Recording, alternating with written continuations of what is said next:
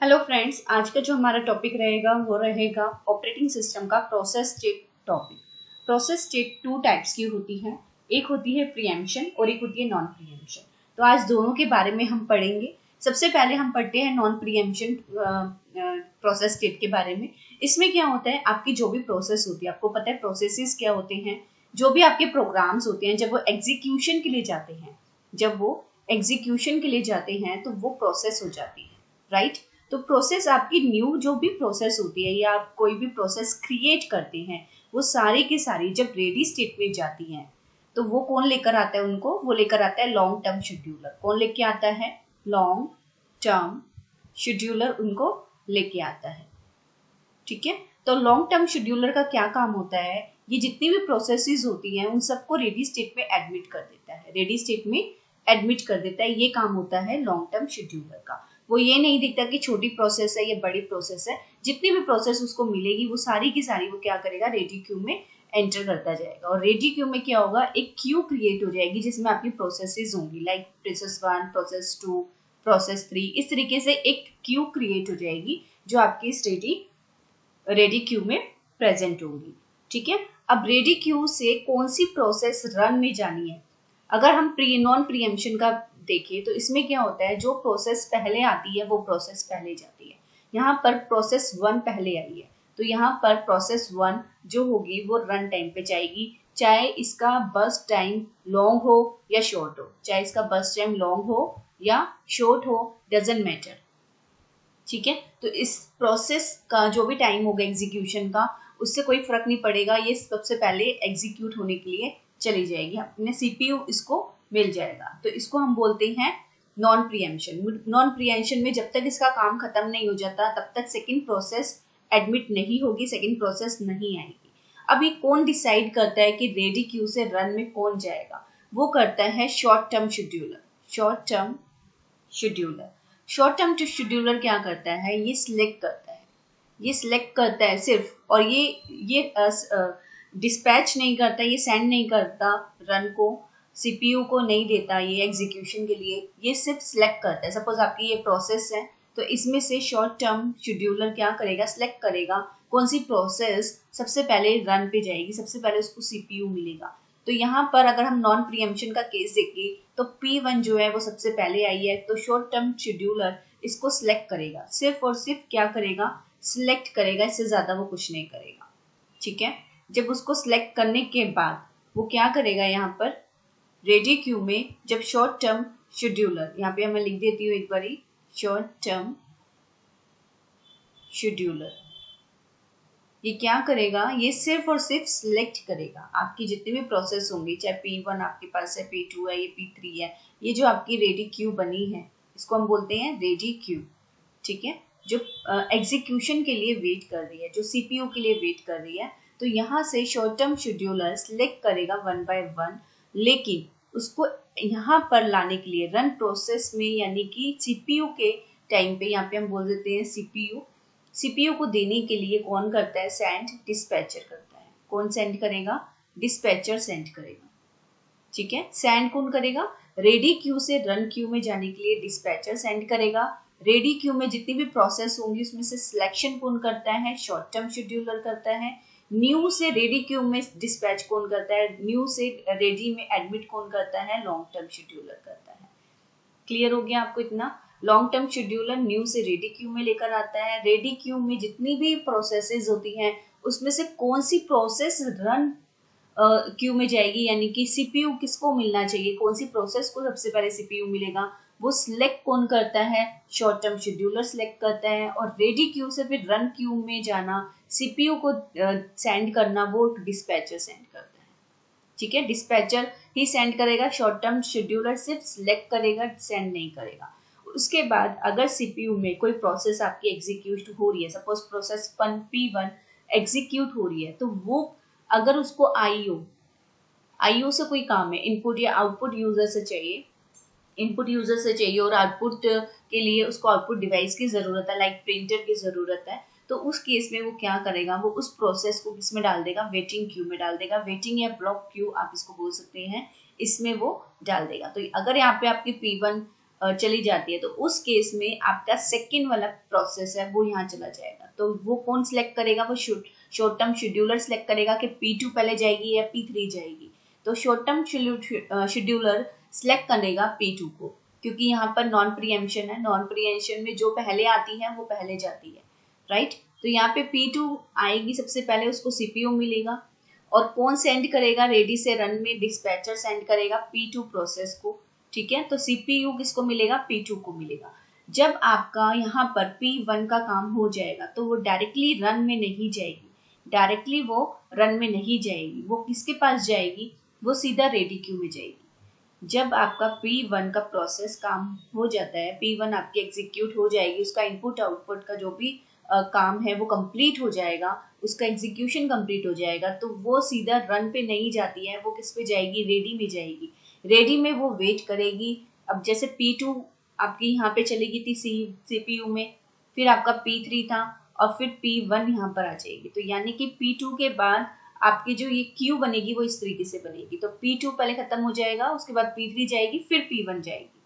इस तरीके से आपका नॉन प्रीएम्पशन में क्यू, रेडी क्यू क्रिएट होता है, ठीक है। आई होप आपको इतना समझ में आ गया होगा। तो जब आपकी P1 प्रोसेस इनपुट आउटपुट का जो भी काम है इसका कंप्लीट हो जाएगा, वो सीधा रेडी क्यू में जाएगा, वो रन पे नहीं जाएगा। अब रन से अगर आपका कोई भी प्रोसेस है, यहाँ पे अगर P2 चल रहा है, P2 का इनपुट आउटपुट का कोई ऑपरेशन नहीं था, तो वो क्या करेगा, वो एग्जीक्यूशन को कंप्लीट कर देगा और फिर आपका ऑटोमेटिकली टर्मिनेट हो जाएगा, ठीक है।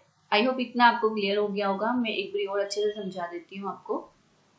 यहाँ पर न्यू में सबसे पहले प्रोसेसेस को कौन लेकर आता है, long term scheduler. Long term scheduler new जो भी प्रोसेसेस होती है उसको रेडी क्यू में लेकर जाता है। लॉन्ग टर्म शेड्यूलर क्या करता है, एडमिट करता है जितनी भी प्रोसेस होती है वो सारी रेडी क्यू में कर देता है। जैसे आपकी एक रेडी क्यू क्रिएट हो गई, यहाँ पे 3 प्रोसेस की आपकी एक रेडी क्यू क्रिएट हो चुकी है, राइट। अब इसमें से सिलेक्ट कौन करेगा, कौन सी प्रोसेस को CPU मिलना चाहिए। ये हमारा CPU है, तो कौन सी प्रोसेस को CPU मिलना चाहिए सबसे पहले। तो यहाँ पे आप देख सकते हैं सबसे पहले नंबर पे हमारे पास प्रोसेस 1 आई, फिर प्रोसेस 2 आई और फिर प्रोसेस 3 आई। तो लॉन्ग टर्म शेड्यूलर क्या करेगा, सिलेक्ट करेगा। सिर्फ और सिर्फ इसका काम होता है सिलेक्शन करना कि कौन सी प्रोसेस रेडी क्यू से CPU के पास जाएगी। तो नॉन प्रीएम्पशन में क्या होता है, जो पहली प्रोसेस आती है वही पहले CPU में जाती है, राइट। तो शॉर्ट टर्म शेड्यूलर का काम होता है सिर्फ सिलेक्शन करना। तो इसने क्या सिलेक्ट किया, P1 को सिलेक्ट किया, लेकिन जब रेडी से CPU के पास जाना है तो वो कौन सेंड करता है, वो डिस्पैचर सेंड करेगा, वो शॉर्ट टर्म शेड्यूलर सेंड नहीं करेगा। कौन सेंड करेगा, डिस्पैचर सेंड करेगा। तो यहाँ पर लॉन्ग टर्म शेड्यूलर एडमिट करता है, यानी कि न्यू से या क्रिएट से, यहाँ पे आप क्रिएट लिख सकते हैं, क्रिएट प्रोसेस जो भी होती है वो सारी रेडी क्यू में जाती है लॉन्ग टर्म शेड्यूलर के हेल्प से। और रेडी क्यू में जितनी भी प्रोसेसेस होती है उसमें सिलेक्शन कौन करता है, शॉर्ट टर्म शेड्यूलर सिलेक्ट करता है which process will get the CPU first. तो यहाँ पर जब आपके पास सिलेक्शन हो जाता है प्रोसेस का कि कौन सी प्रोसेस जाने वाली है CPU के लिए, उसको सेंड कौन करता है, डिस्पैचर सेंड करता है। CPU के पास वो डिस्पैचर सेंड करेगा। जब डिस्पैचर इसको सेंड कर देगा, इट मीन्स P1 यहाँ पर प्रोसेस में है। P1 को सपोज इनपुट आउटपुट ऑपरेशन अब इनपुट आउटपुट ऑपरेशन करना है, तो वो क्या करेगा, वो वेटिंग ब्लॉक में चला जाएगा। तो P1 यहाँ पर वेटिंग ब्लॉक में चला गया। CPU के पास अब कोई प्रोसेस नहीं है। इस केस में short term scheduler next process को सिलेक्ट करेगा, वो रेडी क्यू में आ जाएगी और उसके बाद डिस्पैचर P2 को यहाँ पर CPU को सेंड कर देगा। इस दौरान यहाँ पर अगर P1 का प्रोसेस हो जाता है इनपुट आउटपुट का, तो उस केस में P1 रन पे नहीं जाएगी, वो कहाँ जाएगी, वो रेडी क्यू में जाएगी जहाँ पर ऑलरेडी P3 वेट कर रहा था। उसके बाद यहाँ पर P1 आ जाएगी, P2 आपका वर्किंग में है। जब P2 का काम कंप्लीट हो जाएगा, उसको अगर इनपुट आउटपुट ऑपरेशन नहीं चाहिए तो वो क्या होगा, वो एग्जिट हो जाएगा। जब वो एग्जिट होगा तो नेक्स्ट जो शॉर्ट टर्म शेड्यूलर सेलेक्ट करेगा वो P3 करेगा। क्यों, क्योंकि यहाँ पे नॉन प्रीएम्पशन है, यहाँ पर 1 by 1 प्रोसेस एग्जीक्यूट होती है। तो यहाँ पर फिर जब कौन सी प्रोसेस आएगी, P3 प्रोसेस आ जाएगी। P3 अगर वेटिंग में चला जाता है तो P1 आ जाएगा, या P3 अगर एग्जिट हो जाता है तब भी P1 आ जाएगा। तो उस केस से आपका यहाँ पर प्रोसेस का शेड्यूल किया जाता है। आई होप आपको इतना समझ में आ गया होगा।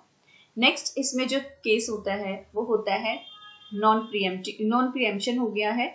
अब आता है आपका प्रीएम्पशन। प्रीएम्पशन में क्या होता है, जब आपके पास कोई प्रोसेस आती है, सपोज यहाँ पे हमारे पास लॉन्ग टर्म शेड्यूलर ने प्रोसेस रेडी क्यू में डाली। अब रेडी क्यू में हमारे पास 3 प्रोसेसेस है, ये हमारी रेडी क्यू है। यहाँ पे शॉर्ट टर्म शेड्यूलर चेक करेगा कौन सी प्रोसेस यहाँ पर सीपीयू को मिलनी चाहिए। तो यहाँ पर जब सीपीयू सिलेक्ट किया जाएगा, प्रोसेस सिलेक्ट की जाएगी शॉर्ट टर्म शेड्यूलर की हेल्प से, तो डिस्पैचर उसको सीपीयू दे देगा। तो डिस्पैचर सेंड कर देगा प्रोसेस को, ठीक है। प्रोसेस जब सेंड हो जाएगी तो उस केस में अगर आपका इनपुट आउटपुट का ऑपरेशन होगा तो प्रोसेस कहाँ चली जाएगी, यहाँ चली जाएगी।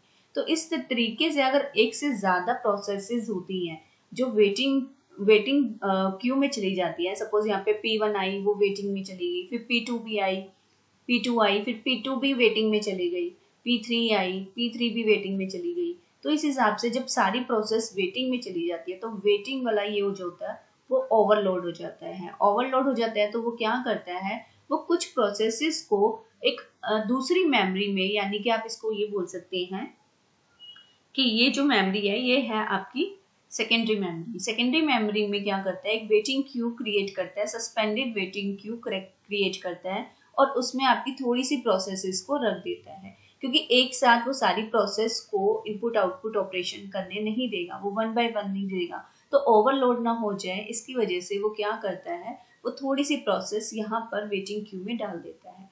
जब यहाँ पर प्रोसेस का काम खत्म होता रहता है, जैसे सपोज P1 काम कर रही है, P1 का इनपुट आउटपुट ऑपरेशन खत्म हो गया, तो वो क्या करेगा, एक सेकेंड, तो वो क्या करेगा, P1 का यहाँ पर इसको यहाँ से क्लोज कर देगा और P2 यहाँ पे है, यहाँ पे सपोज P2 है और P3 है, तो ये 1 by 1 यहाँ पे दोबारा इसको सेंड कर देगा। ठीक है, आई होप आपको इतना समझ में आ गया होगा। तो इस तरीके से सस्पेंडेड वेटिंग क्यू चलता है। तो यहाँ पर जब आपकी ओवरलोड हो जाती है प्रोसेसेस, तो वो क्या करता है, वो इसको सेंड कर देता है। और जब यहाँ पे प्रोसेसेस 1 by 1 डिलीट होती रहती है, मतलब काम उनका होता रहता है और वो रेडी क्यू में जाती रहती है, ये एम्प्टी हो जाता है, तो यहाँ से प्रोसेसेस यहाँ पे चली जाती है।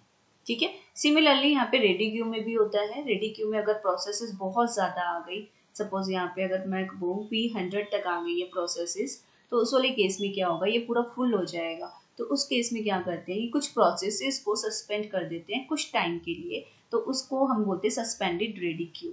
तो जब यहाँ पे प्रोसेसेस कम हो जाती हैं तो उस केस में यहाँ से फिर वो वापस यहाँ पर ले लेता है।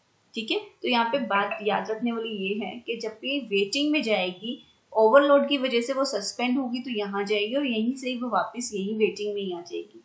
लेकिन जब उस वेटिंग प्रोसेस का काम खत्म हो जाएगा तो वो रेडी क्यू में जाएगी, वो रन पे नहीं जाएगी। ठीक है, तो उसको हम बोलते हैं नॉन प्रीएम्पशन। अब हम बात करेंगे प्रीएम्पशन की, तो इसके बारे में हम अपनी नेक्स्ट वीडियो में देखेंगे। आई होप आपको इतना समझ में आ गया होगा। Thank you.